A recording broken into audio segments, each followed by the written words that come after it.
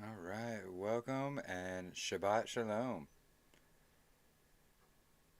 So today we're going to be doing part 2 of the first book of Maccabees.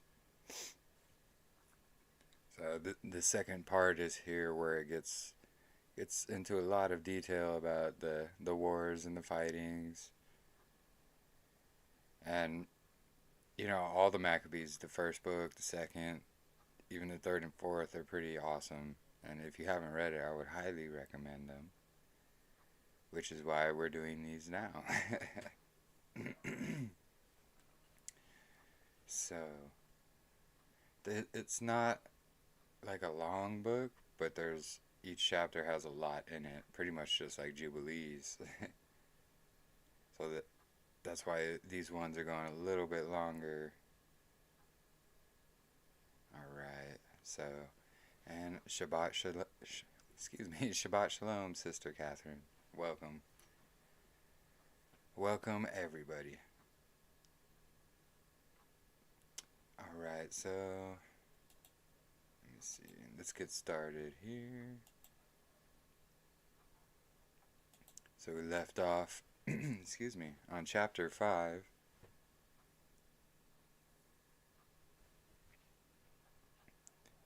And now, when the nations round about heard that the altar was built, and the sanctuary renewed as before, it displeased them very much.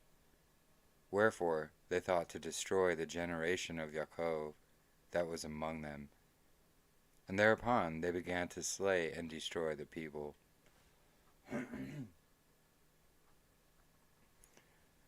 So, another reason why this is of importance, if the Maccabees hadn't done what they did and stood up, these people, as here it says, they were planning to destroy them all.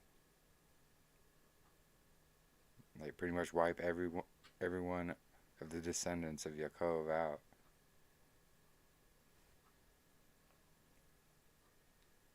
And people weren't fighting back. They didn't think they were able to fight back. But if somebody is coming to kill you and your family and your people, defending yourself is not against Torah.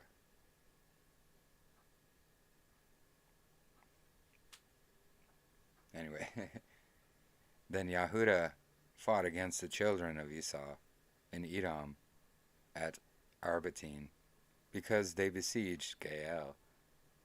And he gave them a great overthrow, and abated their courage, and took their spoils. Also he remembered the injury of the children of Baen, who had been a snare and an offense unto the people, in that they lay in wait for them in the ways. He shut them up, therefore, in the towers, and encamped against them, and destroyed them utterly, and burned the towers of that place with fire, and all that were therein. Afterward he passed over to the children of of Ammon, where he found a mighty power and much people, with Timotheus their captain. So he fought many battles with them. At length they were discomfited before him, and he smote them. And when he had taken Yazar, with the towers belonging thereto, he returned into Yahuda. Then the heathen that were at Gilead assembled themselves together against Yasharel, that were in their quarters, to destroy them. But they fled to the fortress of Dathema, and sent Sepharim unto Yahuda and his brethren. The heathen that are round about us are assembled together against us to destroy us. And they are preparing to come and take the fortress whereunto we are fled, Timotheus being captain of their host. Come now, therefore, and deliver us from their hands, that many of us are slain. Excuse me. Yea, all our brethren that were in the places of Toviyahu are put to death. Their women and their children also they have carried away captives, and borne away their stuff, and they have destroyed there about 1,000 men. While these Sepharim were yet reading, behold, there came other messengers from Galil, with their clothes rent, who reported on this wise, and said, They of Acco, and of Sor, and of Sidon, and all Galilee of the nations, are assembled together against us to consume us. Now when Yahuda and the people heard these words, there assembled a great assembly together to consult what they should do for their brethren, that they were in trouble, and assaulted of them. So basically, many places were being attacked all at once. So all these messengers were coming at them, so they had to consult together to see exactly what to do.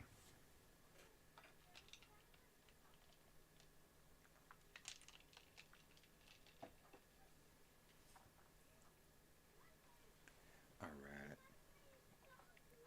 Then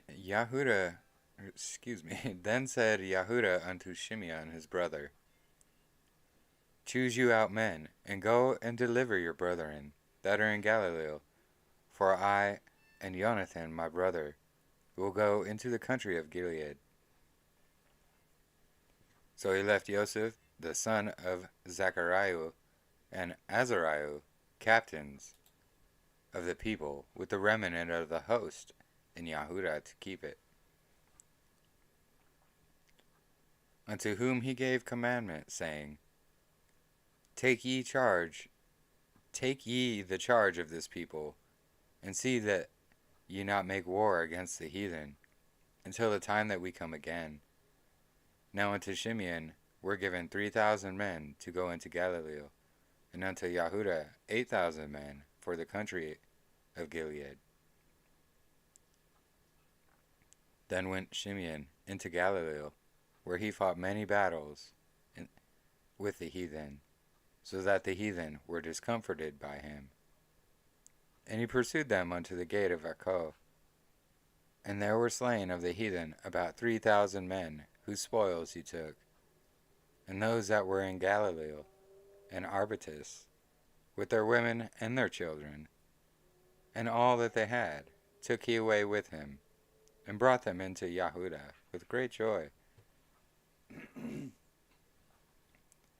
Yahuda Maccabee also and his brother Jonathan went over the Yarden and traveled 3 days' journey into the wilderness, where they met with Nabathim, who came unto them in a peaceable manner, and told them everything that had happened to the brethren in the land of Gilead, and how that many of them were shut up in Bosora, and Beor, and Elima, Casphor, Maged, and Ashtaroth, Karanim. All these cities are strong and great, and that they were shut up in the rest of the cities, the country of Gilead, and that against tomorrow they had appointed to bring their host against the forts, and to take them, and to destroy them all in one day. Hereupon Yahuda and his host turned suddenly by the way of the wilderness, unto Basora. And when he had won the city, he slew all the males with the edge of the sword, and took all their spoils, and burned the city with fire. From whence he removed by night, and went till he came to the fortress. And early in the morning they looked up, and behold, there was an innumerable people bearing ladders and other engines of war to take the fortress, for they assaulted them. When Yahuda therefore saw that the battle was begun, and that the cry of the city went up to the heaven with shofar, and a great sound, he said unto his host, Fight this day for your brethren. So he went forth behind them in 3 companies, who sounded their shofars, and cried with prayer. Then the host of Timotheus, knowing that it was Yahuda Maccabee, fled from him. Wherefore he smote them with a great slaughter, so that there were killed of them that day about 8,000 men. This done, Yahuda turned aside to Mitzpah, and after he had assaulted it, he took and slew all the males therein, and received the spoils thereof, and burnt it with fire. From thence he went and took Casphor, Maged, Beor, and the other cities of the country of Gilead. After these things gathered Timotheus another host, and encamped against Raphon, beyond the brook. So Yahuda sent men to espy the host, who brought him word, saying, All the heathen that be round about us are assembled unto them, even a very great host. He has also hired the Avarim to help them, and they have pitched their tents beyond the brook, ready to come and fight against you. Upon this Yahuda went to meet them. Then Timotheus said unto the captains of his host, When Yahuda and his host come near the brook, if he passes over first unto us, we shall not be able to withstand him, for he will mightily prevail against us. But if he be afraid and camp beyond the river, we shall go over unto him and prevail against him.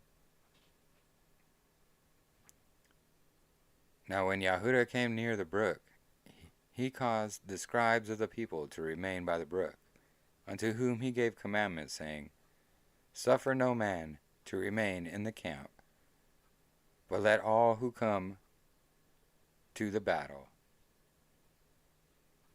So he went first over unto them, and all the people after him. Then all the heathen, being discomforted before him, cast away their weapons, and fled unto the temple that was at Ashter Koranim. But they took the city, and burned the temple with all that were in. Thus was Ashtaroth Karanim subdued, neither could they stand any longer before Yahuda. Then Yahuda gathered together all Yasharel that were in the country of Gilead, from the least unto the greatest, even their women and their children, and their stuff, a very great host, to the end they might come into the land of Yahudah. Now when they came unto Ephron, this was a great city in the way, as they should go, very well fortified. They could not turn from it, either on the right hand or the left, but must needs pass through the midst of it. Then they of the city shut them out, and stopped up the gates with stones. Whereupon Yahudah sent unto them in peaceable manner, saying, Let us pass through your land, and go into our own country, that none shall do you any hurt. We will only pass through on foot. Howbeit they would not open unto him. Wherefore Yahudah commanded a proclamation to be made throughout the host, that every man should pitch his tent in the place where he was. So the soldiers pitched, and assaulted the city all that day, and all that night, till at the length of the city was delivered into his hand. Who then slew all the males with the edge of the sword, and razed the city, and took the spoils thereof, and passed through the city over them that were slain. See, all they had to do was let them pass.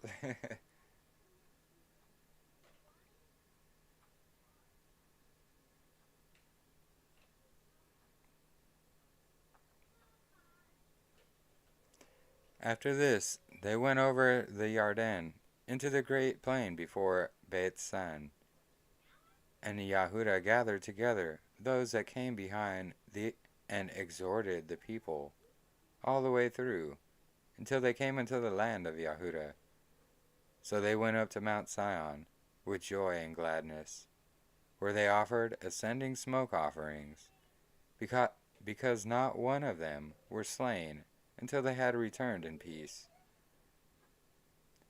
Now, what time as Yahudah and Jonathan were in the land of Gilead, and Shimeon his brother in Galilee before Acco, Joseph the son of Zachariah and Azariah, captains of the garrisons, heard of the valiant acts and warlike deeds which they had done.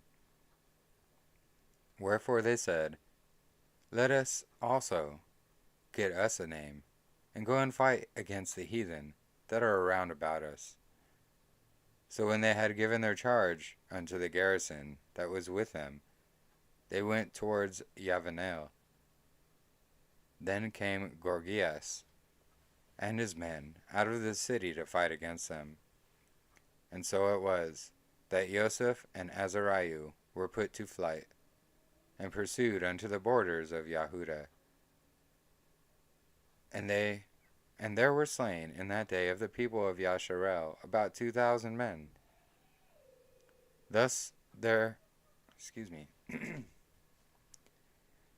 was there a great overthrowing among the children of Yasharel, because they were not obedient unto Yahudah and his brethren, who thought to do some valiant act.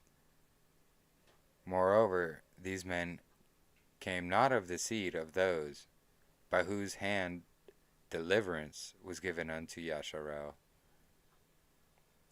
So basically, it's saying these people were trying to do things their own way, not Yahuwah's way. So they were trying to rush into things, and well, if he can do it, we can do it. Just like Korah and all his sons. Why are you the only one? We should be too. Well, Yahuwah only picks certain ones. We shouldn't be jealous. Howbeit the man Yahudah and his brethren were greatly renowned in the sight of all Yasharel, and of all the heathen, wheresoever their name was heard of. So much so that as the people assembled unto them with joyful acclamations, afterward went Yahudah forth with his brethren, and fought against the children of Esau in the land towards the Negev, where he smote Hebron and the towns thereof, and pulled down the fortress of it, and burned the towers thereof round about. And from thence he removed to go into the land of the Pelishtim, and passed through Shomeron. At that time certain priests desired to show their valor, were slain in battle, for that they went out to fight unadvisedly. So Yahudah turned to Ashdod, in the land of the Pelishtim. And when he had pulled down their altars, and burned their carved images with fire, and spoiled their cities, he returned to the land of Yahudah. Check the chat. Welcome, Pat. Peace be with you as well.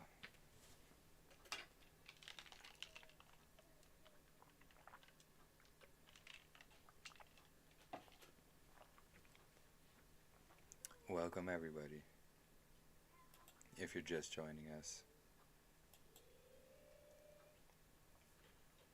Alright, chapter 6. About that time, King Antiochus, traveling through the high countries, heard say that Elymais, in the country of Persia, was a great city renowned for riches, silver, and gold, and that there was in it a very rich temple, wherein were coverings of gold, and breastplates, and shields, which Alexander, son of Philip, the Macedonian king, who reigned first among the Yavanim, had left there. Wherefore he came and sought to take the city, and to spoil it, but he was not able,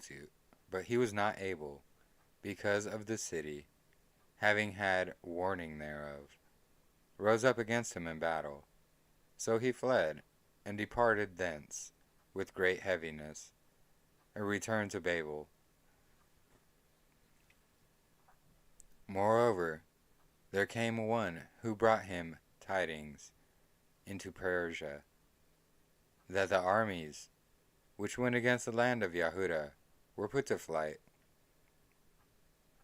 and that Lysias, who went forth first with great power, was driven away of the Yahudim, and that they were made strong by the armor and power and store of spoils, which they had gotten of the armies, whom they had destroyed. Also, that they had pulled down the abomination which he had set upon the altar in Jerusalem, and that they had compassed about the sanctuary with high walls as before, and his city Bethsura. Now when the king heard these words, he was astonished, and sore moved. Whereupon he had laid him down upon his bed, and fell sick for grief, because it had not befallen him as he looked for. And there he continued many days, for his grief was ever more and more, and he made account that he should die. Wherefore he called for all his friends, and said unto them, The sleep is gone from my eyes, and my heart fails for every care. And I thought with myself, into what tribulation am I come? And how great a flood of misery is it, wherein now I am, for I was bountiful and beloved in my power. But now I remember the evils that I did at Jerusalem, that I took all the vessels of gold and silver that were therein, and sent to destroy the inhabitants of Yahudah without a cause. I perceive, therefore, that for this cause these troubles are come upon me, and behold, I perished through great grief in a strange land. Then called he for Philip, one of his friends, who he made ruler over all his realm, and he gave him the crown, and his robe, and his signet, to the end he should bring up his son, Antiochus, and nourish him up for the kingdom. So King Antiochus died there in 149th year. Now when Lysias knew that the king was dead, he set up Antiochus his son, whom he had brought up being young, to reign in his stead. And his name he called Eupator. About this time that they were in the tower shut up Yasharels round about in the sanctuary, and sought always their hurt, and the strengthening of the heathen. Wherefore Yahuda, purposing to destroy them, called all the people together to besiege them. So they came together and besieged them in the 150th year, and he made mounts for shot against them, and other engines. Howbeit certain of them that were besieged got forth, unto whom some wicked men of Yasharel joined themselves. Then they went unto the king and said, How long will it be ere you execute judgment, and avenge our brethren? We have been willing to serve your father, and to do as he would have us, and to obey his commandments, for which cause they of our nation besiege the tower, and all are alienated from us. Moreover, as many of us as they could light on, they slew, and spoiled our inheritance. Neither have they stretched out their hand against us, but also against their borders. And beyond this day are they besieging the tower at Jerusalem, to take it, the sanctuary also, and Beit Surah have they fortified. Wherefore, if you do not prevent them quickly, they will do the greater things than these. Neither shall you be able to rule them. Now when the king heard this, he was angry, and gathered together all his friends, and the captains of his army, and those that held charge of the horse. There came also unto him from other kingdoms and from isles of the sea bands of hired soldiers, so that the number of his army was 100,000 footmen, and 20,000 horsemen, and 32 elephants exercised in battle. So war elephants. These went through Edom, and pitched against Beit Surah, which they assaulted many days, making engines of war. But they of Beit Surah came out and burned them with fire, and fought valiantly. Upon this Yahuda removed from the tower, and pitched in Beit Zachariah, over against the king's camp. Then the king, rising very early, marched fiercely with his host towards Beit Zechariah, where his armies made them ready to battle. And he sounded the shofar, and to the end they might provoke the elephants to fight. They showed them the blood of grapes and mulberries. Moreover, they divided the beasts among the armies, and for every elephant they appointed 1,000 men, armed with coats of mail, and with helmets of brass on their heads. And besides this, for every beast were ordained 500 horsemen of the best. These were ready at every occasion, wheresoever the beast was, and whithersoever the beast went, they went. Also, neither departed they from him. So we're basically saying they got 1,000 men and 500 horsemen surrounding each elephant that they had. They had like 35 or something like that elephants.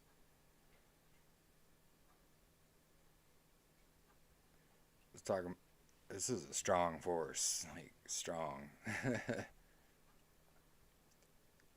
And upon the beasts were their strong towers of wood, which covered every one of them,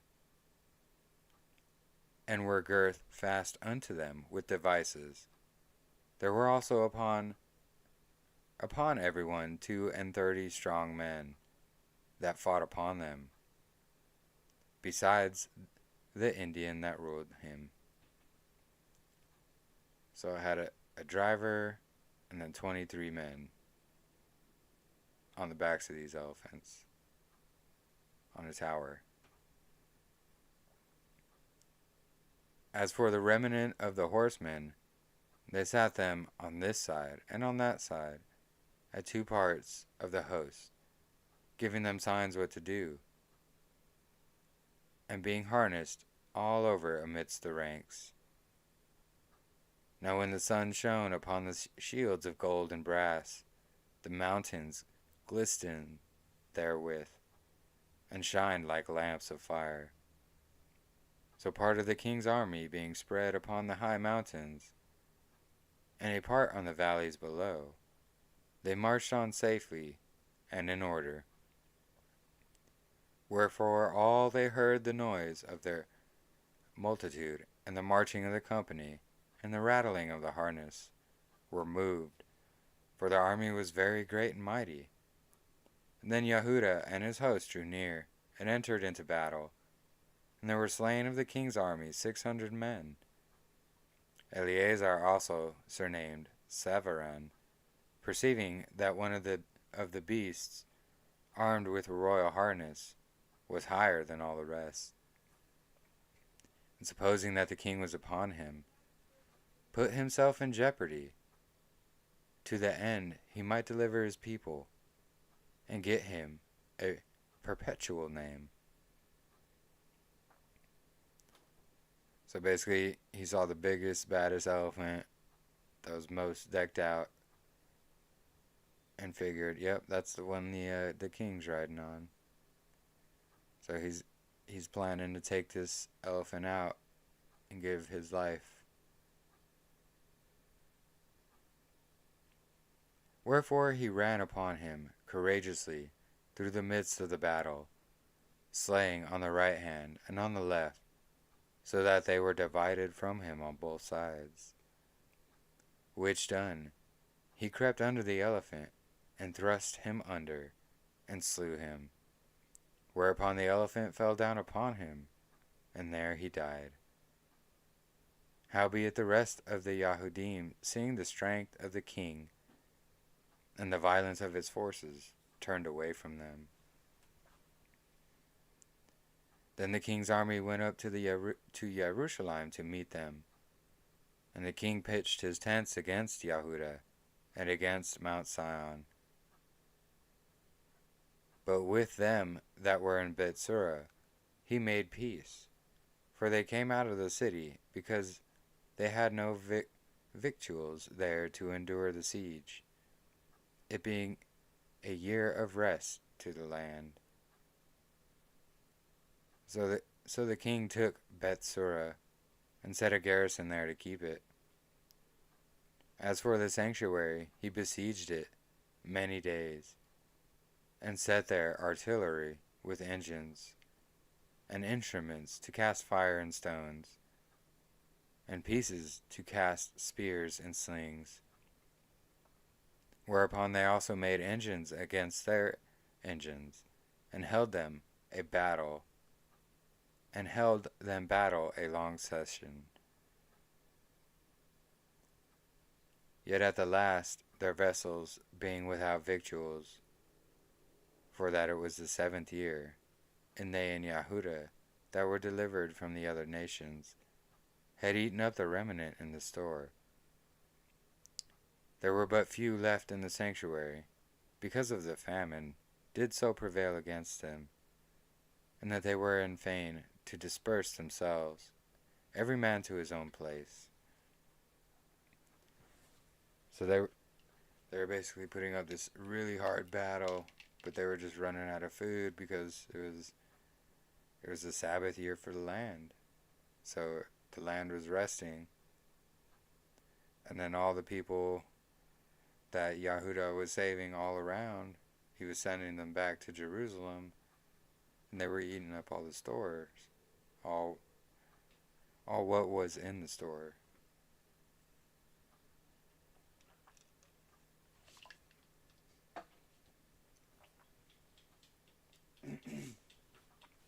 So they were battling and just being starved and still pressing on. But they eventually were dispersed. And at the time, Lysias heard say that Philip, who Antiochus the king, while he lived, had appointed to bring up his son Antiochus, that he might be king, was returned out of Persia and Media, and the king's host also that went with him, and that he sought to take unto him the ruling of the affairs. Wherefore he went in all haste, and said to the king and the captains of the host, and the company, We will decay daily, and our victuals are small, but the place we lay siege unto is strong, and the affairs of the kingdom lie upon us. Now, therefore, let us be friends with these men, and make peace with them, and all their nations, and covenant with them, that they shall live after their Torah, as they did before. For they are therefore displeased, and have done all these things, because we abolished their Torah. So the king and the princes were content, wherefore he sent unto them to make peace, and they accepted thereof. Also the king and the princes made an oath unto them, whereupon they went out of the stronghold. Then the king entered into Mount Sion, but when he saw the strength of the place, he broke his oath that he had made, and gave commandments to pull down the wall around about.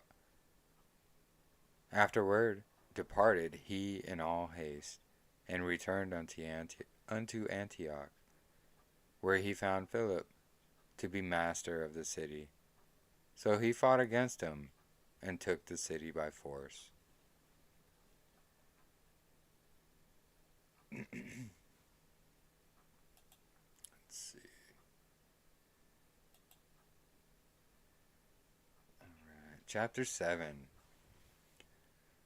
So in the 150th year, Demetrius the son of Seleucus departed from Rome, and came up with a few men unto the city of the sea coast, and reigned there.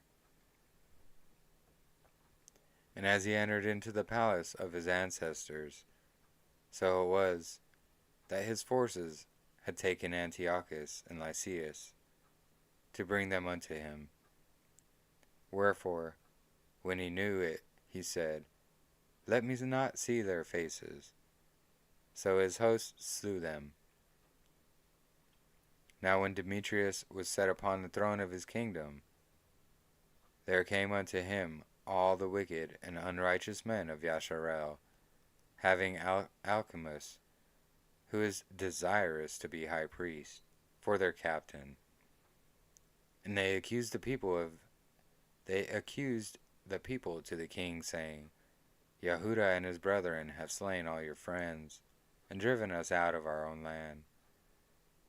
Now therefore send some man who you trust, and let him go and see what havoc he has made among us, and in all the king's land, and let him punish them with all them that aid them.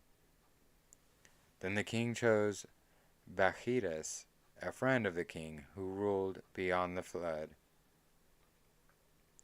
And he was a great man in the kingdom, and faithful to the king. And him he sent with that wicked Alcimus, who he made high priest, and commanded that he should take vengeance on the children of Yasharel.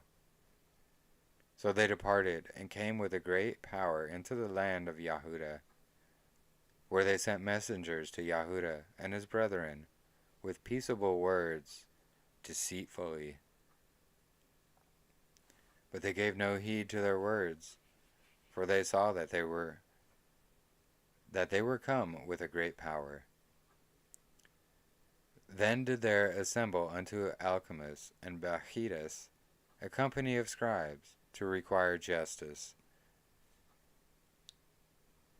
Now the Hasdians were the first among the children of Yasharel that sought out peace of them.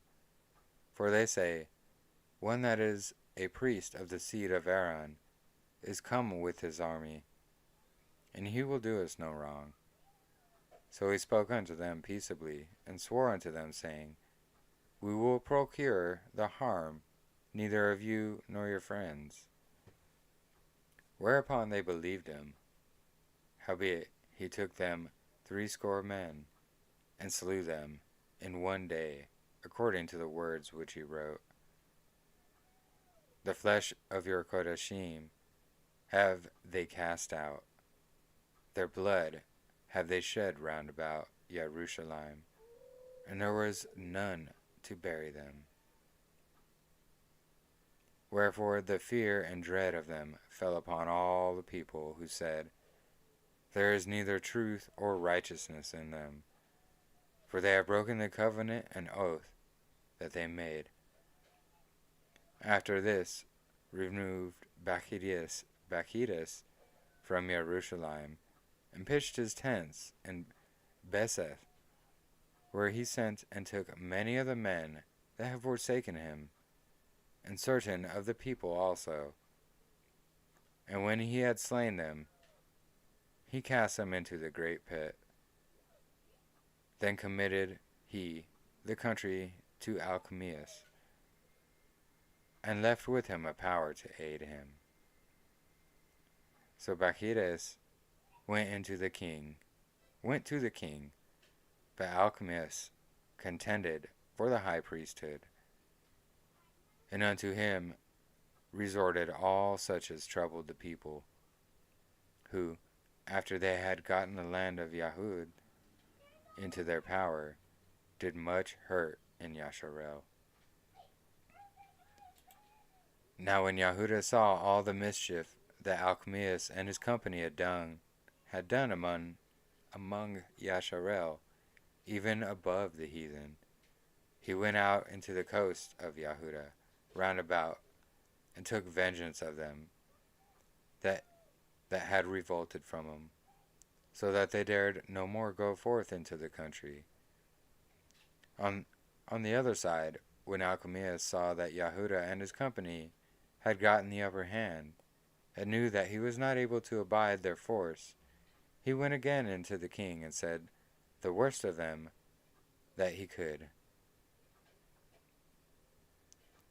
Then the king sent Nicanor, one of his honorable princes, a man that bore deadly hate unto Yasharel, with commandment to destroy the people.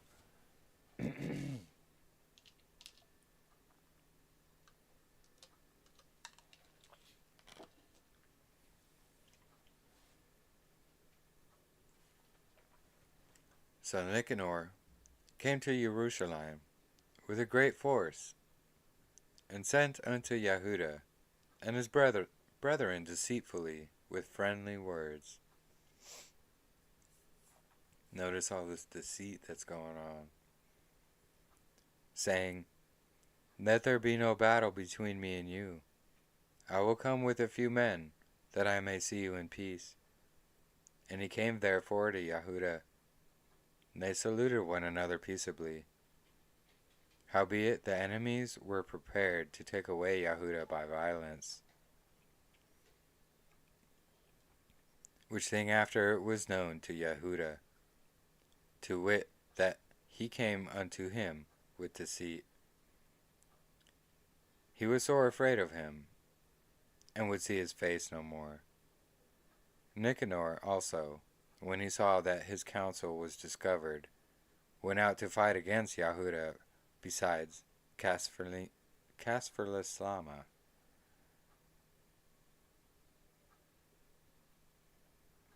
where there were slain of Nicanor's side about 5,000 men, and the rest fled into the city of David. After this went Nicanor up to Mount Sion, and there came out of the sanctuary certain of the priests and certain of the elders of the people, to salute him peaceably, and to show him the ascending smoke sacrifice that was offered for the king. But he mocked them, and laughed at them, and abused them shamefully, and spoke proudly, and swore in his wrath, saying, Unless Yahuda and his host be now delivered into my hands, if I ever come again in safety, I will burn up this house. And with that he went out in a great rage. And the priests entered in and stood before the altar and the temple, weeping, and saying, You, O Yahweh, did choose this house to be called your name, and to be a house of prayer, and petition for your people. Be avenged of this man and his host, and let them fall by the sword. Remember their blasphemies, and suffer them not to continue any longer. So Nicanor, excuse me, excuse me.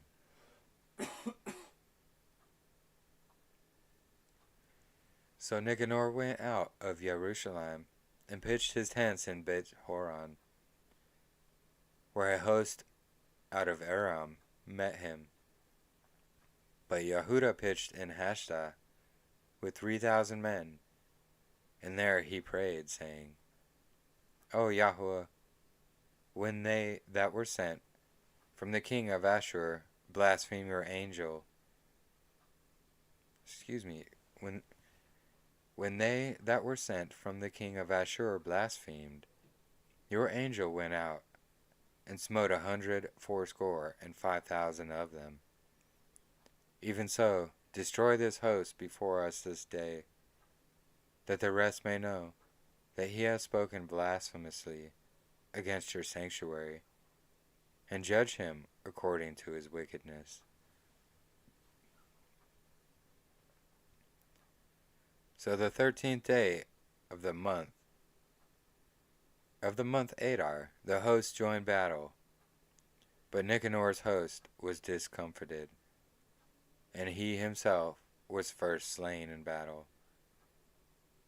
Now when Nicanor's host saw that he was slain, they cast away their weapons and fled.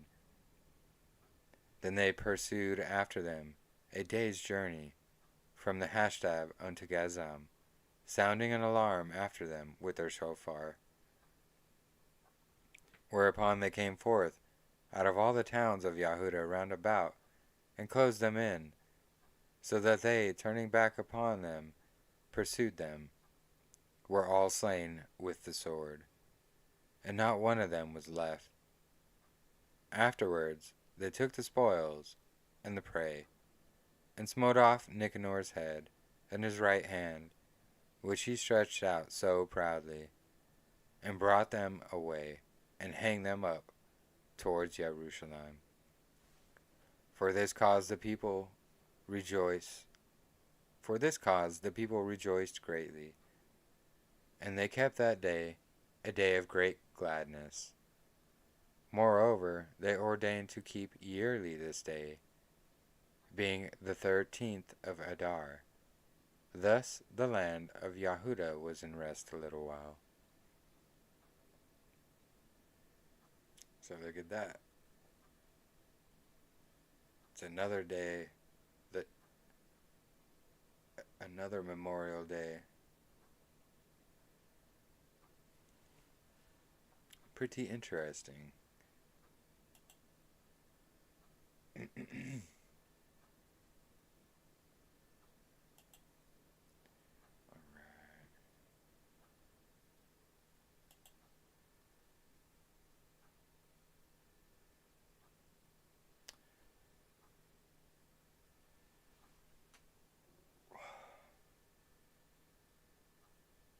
there's just so much in each of these books, and it's just so amazing, and all the information that's packed into these.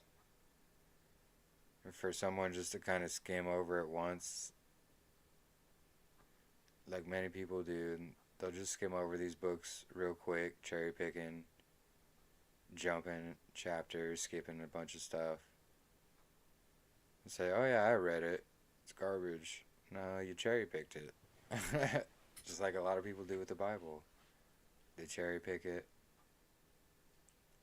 And when you come at them, just showing them, hey, maybe you should do this way or check this out.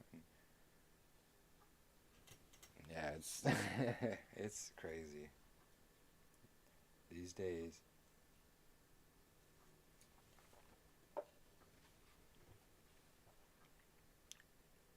Anyway, I think we might stop right here for tonight. See how long? About an hour? Yeah, we'll stop here for tonight. And then, so I think, what is there? I think there's like 11 chapters in here. So the next time hopefully next time we'll do all the rest of them. Or not 11. I think it's 16 actually. My apologies, 16 chapters. So I might actually take 2 more of these videos to complete it. It's just there's so much packed into these, so much information, and it's I usually like to do 5 chapters at a time, but as you can tell with Jubilees and other certain books, there's just so much in each chapter. It takes a while to do 5 chapters.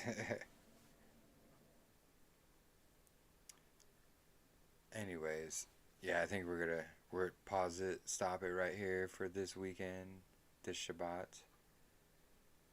Don't forget, we're doing Jubilees tomorrow. Oops. Wrong button, sorry. So tomorrow we'll be doing the Book of Jubilees, part 6, I believe. I'd have to double check. But also another amazing book, jam-packed, full of context and information, and just so much. I highly recommend it if you haven't read it. That's exactly why I read all these on my channel. I want to read them, and I want others to read and share them along with you, so that,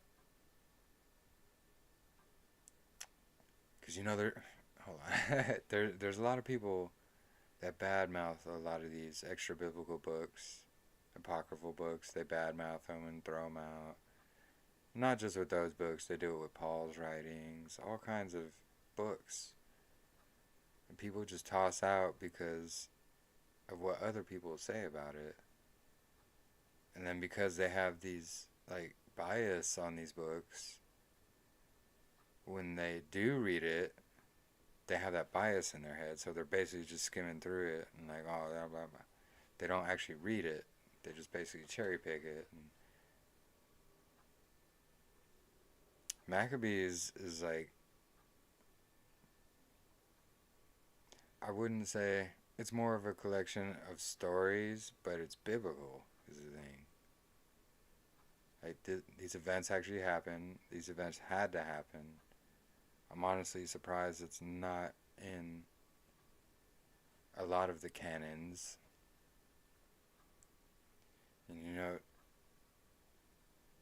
many don't know this, but the straight up 66 book Protestant canon was all made up by the dispensation movement of 2 guys who decided to take all these books and toss out the ones that they didn't like or revealed too much, because,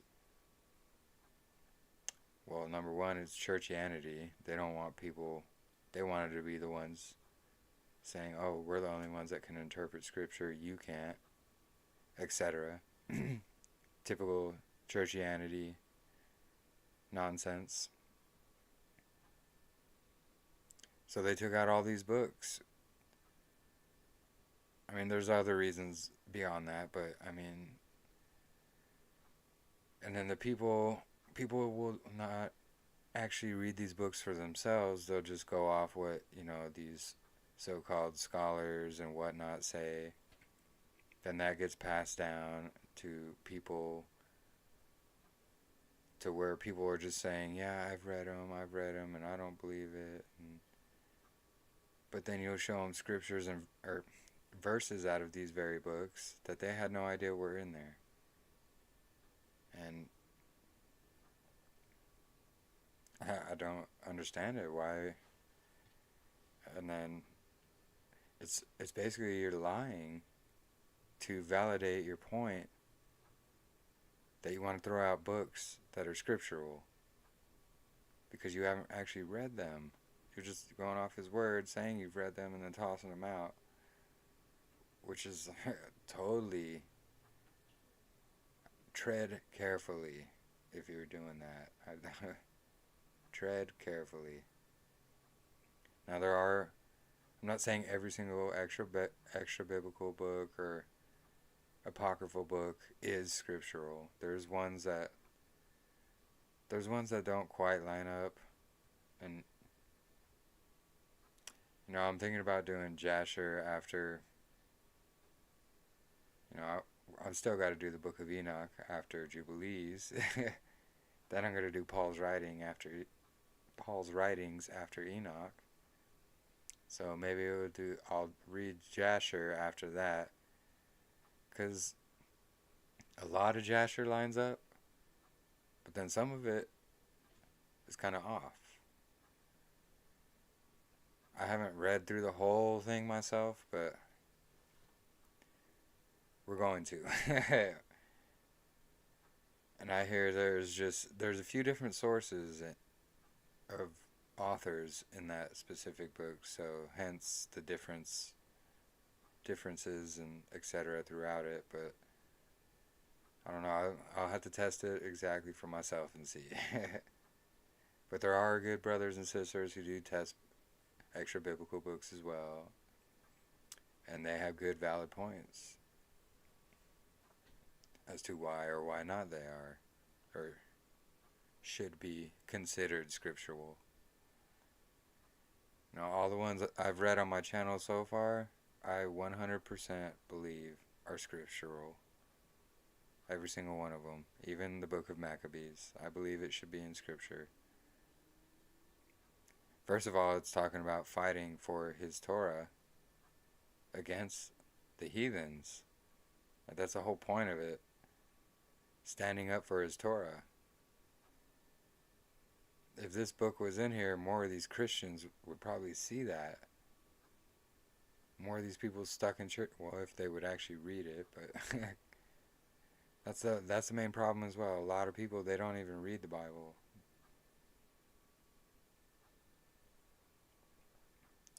But if this book was in there, they would see that people were fighting for his Torah.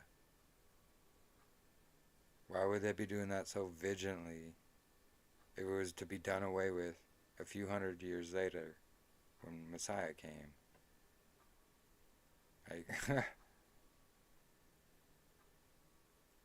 See, they remove these books for a reason. Just study everything for yourself, test everything for yourself, pray, fast, and repeat. Anyway, thank you for joining me this evening, this Shabbat evening. I hope you guys have a wonderful rest of your Shabbat if you're still celebrating it till morning. If you finish at sundown, and have a good rest of your evening, regardless. And don't forget to join me tomorrow for Jubilees. Please like and share if you haven't already. And at least it just helps the algorithms show that people actually watch my videos, and it'll help spread them. And I thank all of you who do join and who have subscribed and liked and follow me. And you guys are my Ehad squad. Ehad squad. My one squad, together squad. We are Ehad. Anyway, thank you guys. Have a blessed evening, and we'll see you tomorrow.